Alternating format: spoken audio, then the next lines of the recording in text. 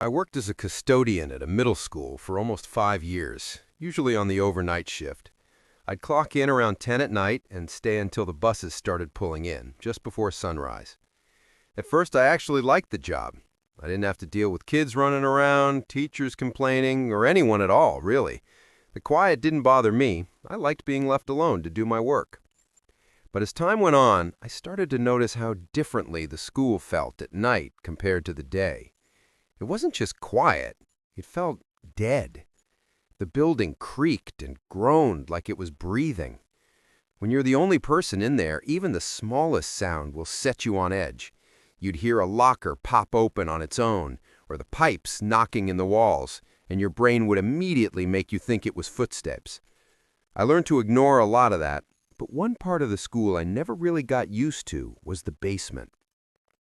The school was old, built in the 1950s, and the basement ran underneath half of it. It wasn't finished nicely like the classrooms. It was a concrete maze of storage rooms and long, narrow halls with pipes and wires hanging overhead. Some rooms were full of old desks, others held boxes of outdated textbooks or broken furniture stacked up. It always smelled damp and musty down there. The fluorescent lights buzzed and flickered, if they worked at all. A lot of the time, you had to bring a flashlight just to see where you were going.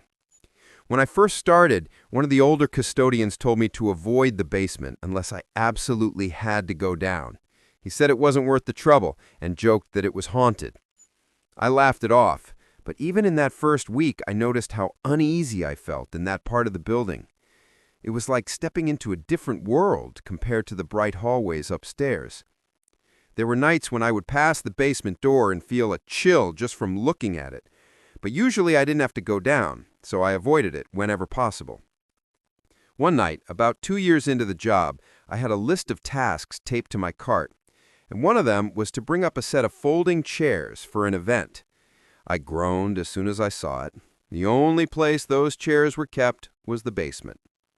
I remember standing at the top of the stairwell door for a good minute, debating if I could ask my supervisor if it could wait till morning, but I didn't want to look lazy. So I grabbed my flashlight and opened the heavy door. The stairwell echoed with every step I took, like my boots were far too loud. I got to the bottom and flipped the switch, but only a couple of the overhead lights came on, leaving most of the hallway in darkness. I swear it smelled like wet cement down there. I turned on my flashlight and started walking.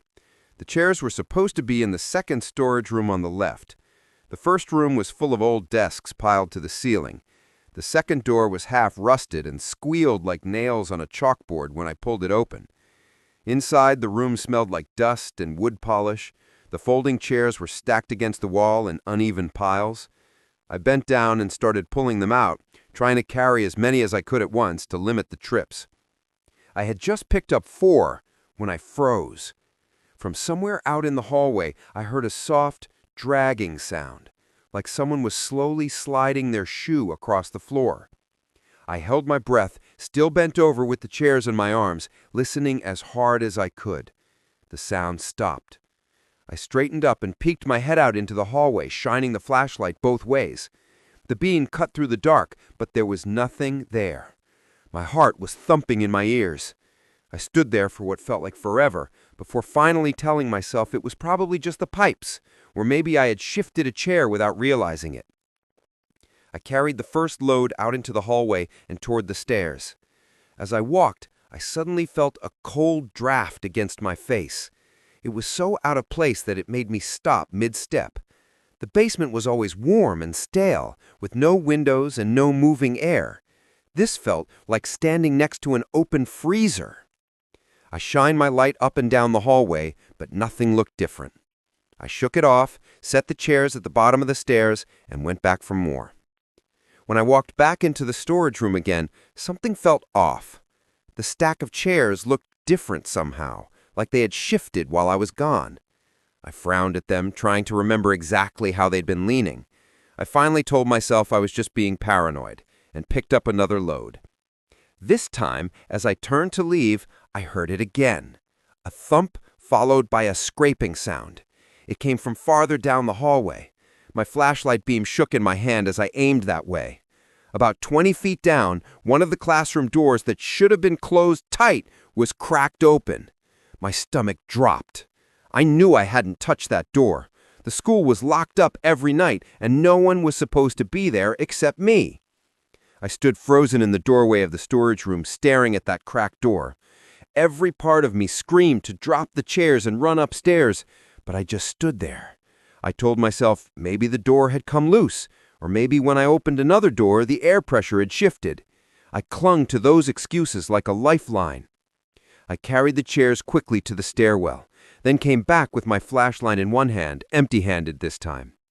The cracked door was still there, open just enough for someone to peek out. My throat dried. I crept toward it slowly, each step echoing. When I was close, I called out, "Hello, anyone down here?" My voice cracked, and it sounded small in the big empty basement. No answer. I swallowed hard, then pushed the door open fast with my free hand and shined the flashlight inside. The room was empty, just shelves of dusty science equipment, boxes stacked high, cobwebs in the corners. I stepped inside for a second, heart racing, listening for any sound. That's when I heard it again, a dragging shuffle. But this time, it was behind me in the hallway. I spun around and pointed the flashlight, the being cut down the corridor. Nothing, just shadows and concrete.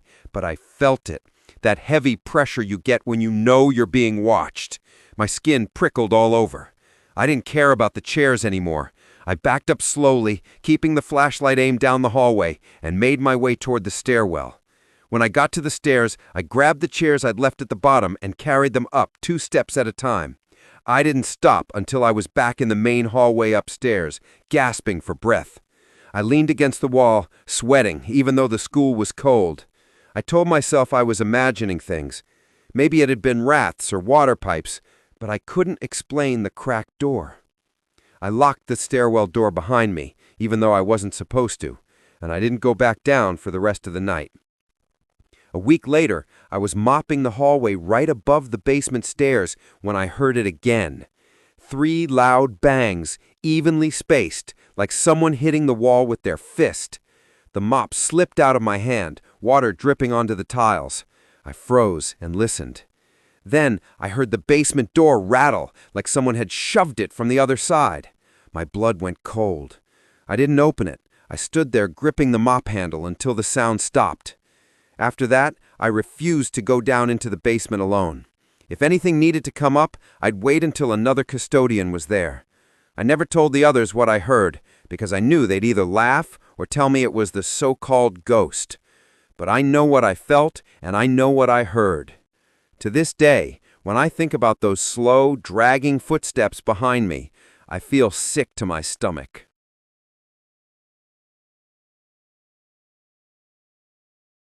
I worked as a custodian at a high school for 3 years. I was the newest guy on the team, so most of the time I got stuck with the overnight shifts. The building was huge, 4 floors and 2 gyms. At night, when it was empty, it felt like a giant maze. The rule was to go floor by floor, room by room, turning off lights, emptying trash, and locking doors. It usually took the whole night to cover everything, and if you tried to rush, you'd miss something. One Friday night, I was working alone because one of the other custodians had called out sick. Normally, we worked in pairs, so I wasn't used to being the only one on duty. At first, the shift was normal. I started on the first floor, emptying trash cans, wiping down surfaces, and mopping the hallways. The lights in some of the old corridors flickered, which made the shadows jump around, but I told myself it was just the building settling. Around midnight, I made my way up to the 3rd floor. That floor always gave me a bad feeling because it was quieter than the others. It had a lot of older classrooms that weren't used anymore, some permanently locked, and others were just storage rooms filled with dusty books, broken furniture, and old lab equipment. As I walked down the hallway, I passed the lockers. The metallic click of the doors and the echo of my boots against the tiles made me jump a few times. I kept reminding myself it was normal. I was halfway through mopping one of the main hallways when I noticed the door about 20 feet away was open. That struck me immediately because I had already checked all the rooms earlier in the evening and every door had been locked. My first instinct was to walk past it quickly and ignore it, but something made me stop. I set my mop against the wall and walked over slowly, trying to make as little noise as possible. The door was one of those old wooden classroom doors with a square glass window. I pushed it open slowly, shining my flashlight inside. The room looked empty. The desks were stacked along the walls and boxes were in the corners. Nothing seemed out of place at first glance. But then I noticed that one of the boxes near the back wall had been moved.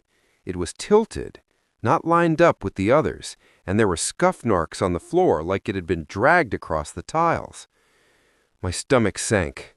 I knew I had closed that door earlier, and I knew I hadn't moved that box. I told myself it was probably nothing, just my imagination playing tricks on me because I was tired. I pulled the door closed and went back to mopping, but my mind kept wandering to that room. I kept thinking I should check the windows. Maybe a student had snuck in somehow, but all the windows were locked from the inside, and the hallway doors were locked as well. I tried to shake the feeling of being watched and focused on the cleaning. After finishing that hallway, I went down to the stairwell to head to the second floor. As I walked past that same classroom again, my heart nearly stopped. The door was wide open. My breath caught in my throat. I knew I had shut it before. I slowly stepped closer. I peeked inside, and the room looked normal, except the box was now moved to the center of the floor. My pulse was racing. I whispered, "Hello? Who's in here?" My voice sounded tiny in the emptiness of the building. I waited, but there was silence. And then, from the back of the room, I heard slow, deep breathing. Not a gust of wind or a pipe. It was someone trying to be quiet, but making sure I could hear it. I tried to convince myself it was a student hiding, playing a prank. But how would they have gotten in? I was the only one who was supposed to be there, and all the doors were locked. I slammed the door shut and ran down the hallway to the stairwell. My heart was hammering, and sweat ran down my back. I stayed pressed against the stairwell door listening. I debated calling my supervisor, even though I hated bothering him in the middle of the night. Finally, I did. When he picked up, I told him what was happening, trying to keep my voice steady. He said he would be there in 20 minutes. Those 20 minutes felt like hours. I stayed as far away from that room as possible, peeking over my shoulder every few seconds. Finally, he arrived. We went back up together. He had a big flashlight and walked straight into the classroom. The box was still in the middle of the floor. We checked everywhere, the closets, under the tables, behind the desks. There was nothing. He suggested I was just tired or imagining things. I didn't argue, but I knew what I had heard. That slow, heavy breathing, coming from a classroom that should have been empty. I tried to finish the rest of my shift with him there, but I kept glancing at that classroom. The hallway felt colder and more oppressive than ever. Even sweeping and mopping didn't distract me. Every time I passed a locker, I expected it to swing open. Every shadow seemed like a person standing just out of view. I finished the shift and left, but every time I thought about it, my stomach twisted. I started taking extra precautions. I made sure all the doors were locked as I passed. I kept my flashlight pointed at the floor and stayed near the stairwell if I had to pass that hallway. Months later, I had another overnight shift alone. I avoided that third floor as long as I possibly could. When I finally had to go up, I moved as quickly as I could. I kept thinking I'd hear it again. The feeling of being watched didn't go away. Even when I was in a room far from that classroom, I felt like eyes were on me. Every creak of the floor made me jump. I finished the shift and left quickly, never looking back. I refused to work that floor alone again. Even years later, I avoided it whenever I could. I never found out if it had been a student hiding or something else, but I'll never forget the sound of that breathing coming from a classroom that should have been empty. I can still hear it in my head sometimes.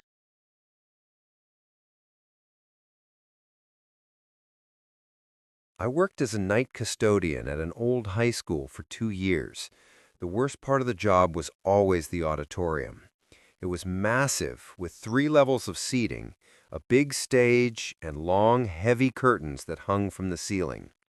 During the day, it looked normal, but at night, when the building was empty, it felt like stepping into a completely different place. Even with the lights on, there were shadows in every corner that seemed darker than they should be. Sound carried strangely in there. If you dropped a broom, the echo would stretch and bounce, making it hard to tell exactly where the sound came from. Most nights, I saved the auditorium for last because I hated going in there. There was just something about it that always made my skin crawl. Near the end of winter one year, I had to clean it earlier than usual because there was going to be a play the next morning. I arrived around midnight, dragging my cart behind me. The side door creaked loudly as I opened it, and when it slammed shut behind me, the echo traveled across the empty room. I started by sweeping the aisles between the seats. The chairs were old metal folding seats, bolted to the floor in some rows and loose in others. As I pushed the broom, I listened to the scraping sound echo off the walls and ceiling. After a few minutes, I thought I heard something else. It was faint at first, like a soft rustling from the stage. I froze, thinking maybe a prop had fallen over, but when I looked, the stage was empty. I shook my head and told myself it was nothing. I continued sweeping. A few minutes later, I heard it again. This time it was more distinct, the sound of slow footsteps across the stage. I stopped sweeping and looked toward the stage. I could see the stacked props in the corners. Nothing moved, but the sound was real. My breathing became shallow. I slowly climbed the steps onto the stage, shining the flashlight behind the curtains. There were ropes, pulleys, old chairs, and painted scenery stacked against the walls. Everything was covered in dust, and the beam of my light made a dance like it was moving. I couldn't shake the feeling that someone or something was nearby. I backed off the stage, telling myself it was just the building settling, maybe a mouse in the rafters, but the feeling didn't go away. I continued sweeping down the aisles, trying to finish as fast as possible. My mind kept going back to the stage. The sound of those slow footsteps repeated in my head, even though I couldn't hear them anymore. I finished sweeping the lower level and started mopping. As I pushed the mop through the rows, I thought I saw a shadow move across the second tier of seats.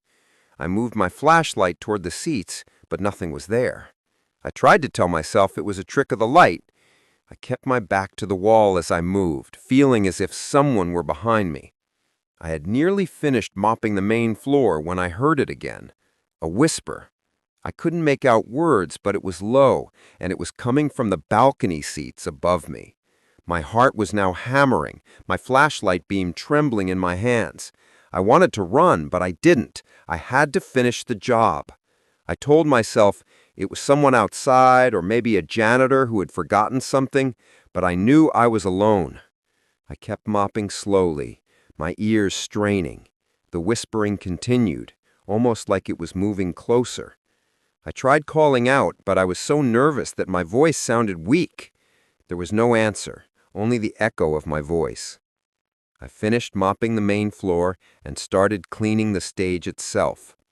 The steps up felt endless, and every time I moved my flashlight, I thought I saw something just at the edge of the beam. Sometimes it was a flicker of a shadow, sometimes it was just my imagination. When I reached the stage, I looked over the edge of the main floor. The seats stretched back in the darkness.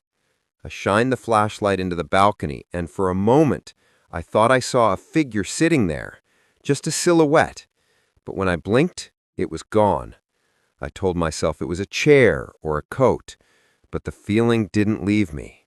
I started dusting and moving props, trying to focus on something physical. The whispering came again, much clearer this time. It sounded like someone speaking my name almost directly behind me.